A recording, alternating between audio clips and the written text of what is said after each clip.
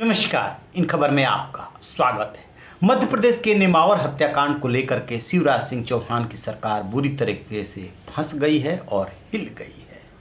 घबराए शिवराज सिंह चौहान ने आरोपियों के घर के ऊपर बुलडोजर चलवा दिया, दुकान से लेकर के और घर तक सब गिरवा दिया। यानी कानपुर के बिकरू कांड की तरह ये कार्रवाई की गई है। आखिरकार क्या है नेमावर हत्याकांड, जिसकी वजह से शिवराज सिंह चौहान सरकार आई सत्ते में और सोशल मीडिया पर ट्रेंड करने लगा कि नेमावर हत्याकांड के आरोपियों को फांसी दो।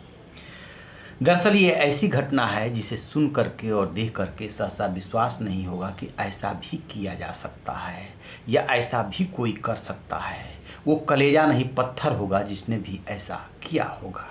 मध्य प्रदेश के देवास में एक जगह है नेमावर। वहाँ पे एक आदिवासी परिवार बताया जा रहा है। वैसे कहा जा रहा है कि माँ आदिवासी थी और पिता जो पक्ष है दलित था। एक 21 साल की लड़की से सुरेंद्र चौहान नाम के व्यक्ति की प्रेम प्रसंग चल रहा होता है। ये व्यक्ति बीजेपी से जुड़ा हुआ बताया जाता है। काफ़ी दिनों तक इनका चलता रहा और इसी बीच में उस सुरेंद्र चौहान की शादी कहीं पर तय हो जाती है। ये बात जब लड़की को पता चलती है तो ख़राब लगता है उसको, और उसको सोशल मीडिया पे पत्नी का फ़ोटो और नंबर डाल देती है, ऐसा कहा जा रहा है। जिससे सुरेंद्र चौहान नाम का शख्स जो है नाराज़ हो गया। उसके परिवार से बहुत ज़्यादा नज़दीकी हो गई थी, सिर्फ लड़की से नहीं पूरे परिवार से नज़दीकी हो गई थी। और उसे ऐसा लगा जैसे कि उसकी मैरिज को ये लोग होने नहीं देंगे।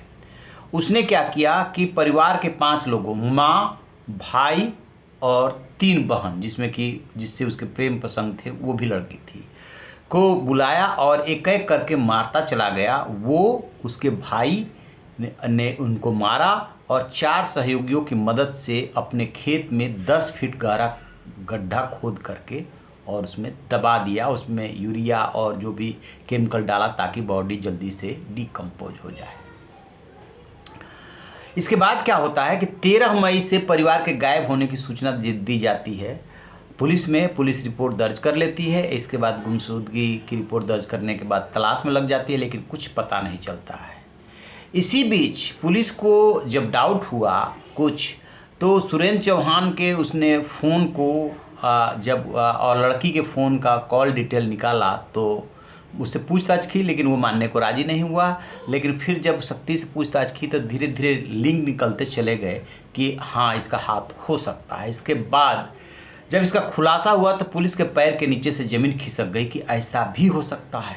फिर अचानक 29 जून को इनके खेत से उन 5 की बॉडी, जिसमें कि 2 लड़कियां नाबालिग बताई जा रही हैं, वो रिकवर की गई और उनको वहाँ से ज़मीन से निकालने के लिए जेसीबी मंगवानी पड़ी। आप तस्वीरों में देखेंगे। इसके बाद वहाँ पे क्या था, फिर तो हंगामा हो गया। ऐसी लोमहर्षक घटना, ऐसे लोग जो मतलब जिसको कहते हैं ना कि मानवता शर्मसार हो गई, उस तरीके की घटना। फिर राजनीतिक वार भी शुरू हो गए। कांग्रेस कमलनाथ ने ट्वीट किया कि ये व्यक्ति जो आरोपी है वो बीजेपी से जुड़ा हुआ है, इसलिए उसको बचाया जा रहा है। पटवारी कांग्रेस के दूसरे नेता हैं, वो सामने आए। फिर घमासान शुरू हो गया। फिर शिवराज सिंह चौहान सरकार के सामने और कोई विकल्प बचा ही नहीं, क्योंकि ये दिखना चाहिए कि न्याय मिल रहा है। तो पता किया गया कि उसका जो नेमावर में मकान और दुकान जो बन रही है, जो आरोपी है सुरेंद्र चौहान और उसका भाई भी उसमें शामिल है, आप तस्वीरों में देखेंगे, तो वो सब अवैध निर्माण हो रहा था। लिहाजा जेसीबी लगवा करके बिकरू कांड की तर्ज पे उसका मकान, दुकान सब ढहवा दिया गया।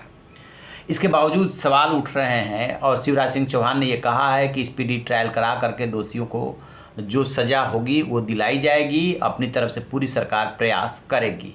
लेकिन सोशल मीडिया पे अभी ये ट्रेंड कर रहा है कि उनको फांसी दो, और जो है शिवराज सिंह चौहान सरकार से पूछा जा रहा है, यही है आपकी न्याय व्यवस्था? आदिवासियों की लड़कियां सुरक्षित नहीं हैं, दलित सुरक्षित नहीं हैं। जवाब तो देना होगा सरकार, चाहे कोई भी हो। ऐसी लोमहर्षक घटना शायद ही आपने सुनी हो जिसमें इतनी मेहनत की गई हो कि पहले मारो और मार के 10 फीट गड्ढे में दबाओ और बॉडी निकालने के लिए जो है जेसीबी की ज़रूरत पड़ गई।